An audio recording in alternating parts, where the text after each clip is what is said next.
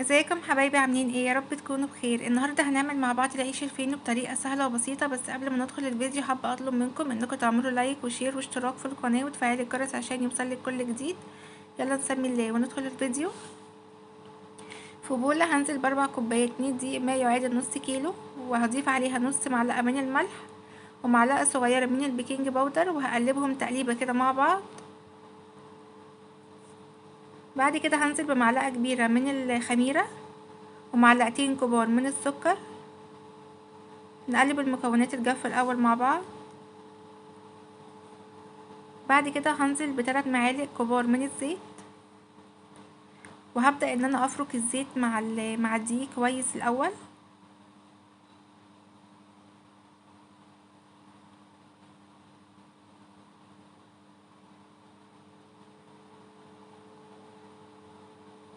بعد كده هبدأ ان انا اضيف كوباية من الحليب الدافي، وهبدأ الم العجينة بايدي كده الاول.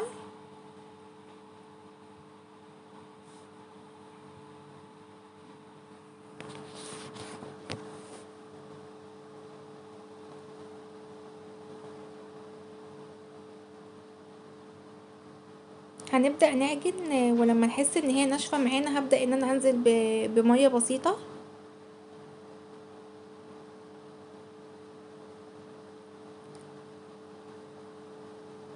هنزل بربع كوباية من المية، وهبدأ ان انا اعجن بقى العجينة كويس قوي. اهم حاجة نعجن عجينة العيش الفينو كويس قوي عشان يطلع معانا هش وطري. وممكن كمان نستخدم بدل اللبن والمية، نستبدله بحليب بس كله، او نستبدله بمية بس حسب ما انتي عاوزة. انا حبيت اعمل ميكس ما بين اللبن والمية. هنا العجينة بعد ما لقيتها طارت معايا وبقت مظبوطة، نزلت كمان بمعلقتين كبار من الزيت. وهنا ممكن تستبدلي الزيت بزبدة. وهبدأ ان انا اعجن العجينة كويس.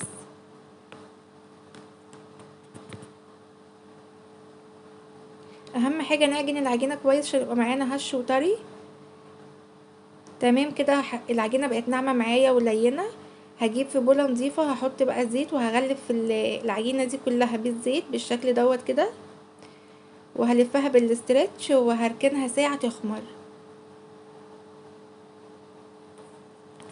هنا العجينة بقت جاهزة معايا وما شاء الله اللهم بارك، شايفينها عاملة ازاي. هبدأ ان انا اطلع العجينة قدامي على سطح العمل، وهبدأ ان انا اطلع منها الهواء.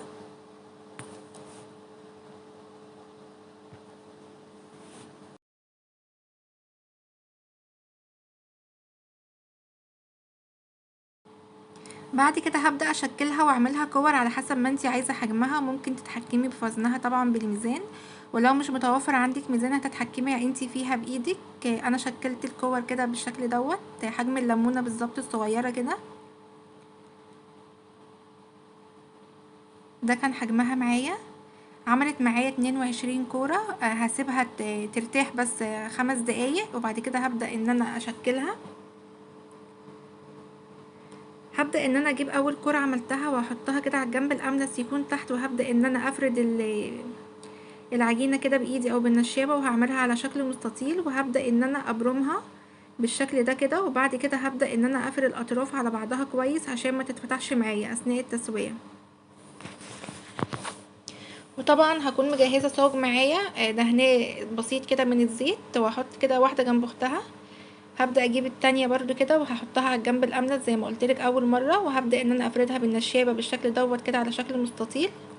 وهبدأ ابرمها، واهم حاجة ان احنا نقفل الاطراف على بعضها عشان ما تتفتحش معايا اثناء التسوية. هنعمل مع بعض كذا واحدة. العجينة معايا ما شاء الله ناعمة وطرية وبتتفرد بسهولة.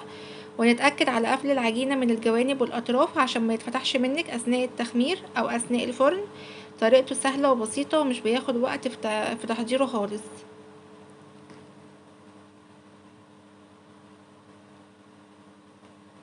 أهم حاجة نقفل الأطراف كده والجوانب.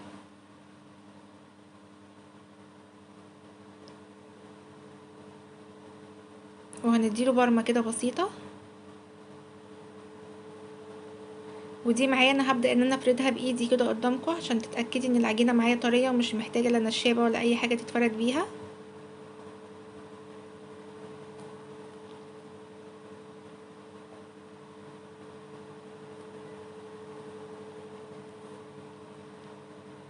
هنا خلصت الكمية اللي معايا كلها، هغطيها بكيس نايلون وفوطة وهسيبها تخمر ساعة. طبعا الجو اليومين دول مش حر قوي، هسيبها تخمر ساعة او ساعة الا ربع كده على حسب الجو عندك ايه. وهنا ما شاء الله بعد ما خمرت معايا هبدأ ان انا اعوز وشها بحليب بالشكل دوت كده.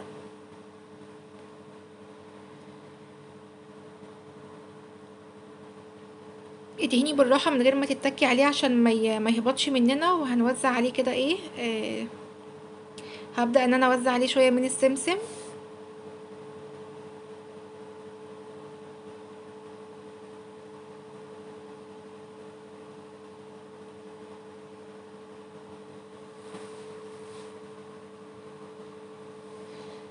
هندخله على فرن يكون متسخن كويس ويكون على درجة حرارة عالية، وهنحطه على رف اوسط يكون قريب من صاج الفرن. اول ما ياخد لون من تحت ولعيله الشواية دقيقتين لغاية ما يحمر من فوق.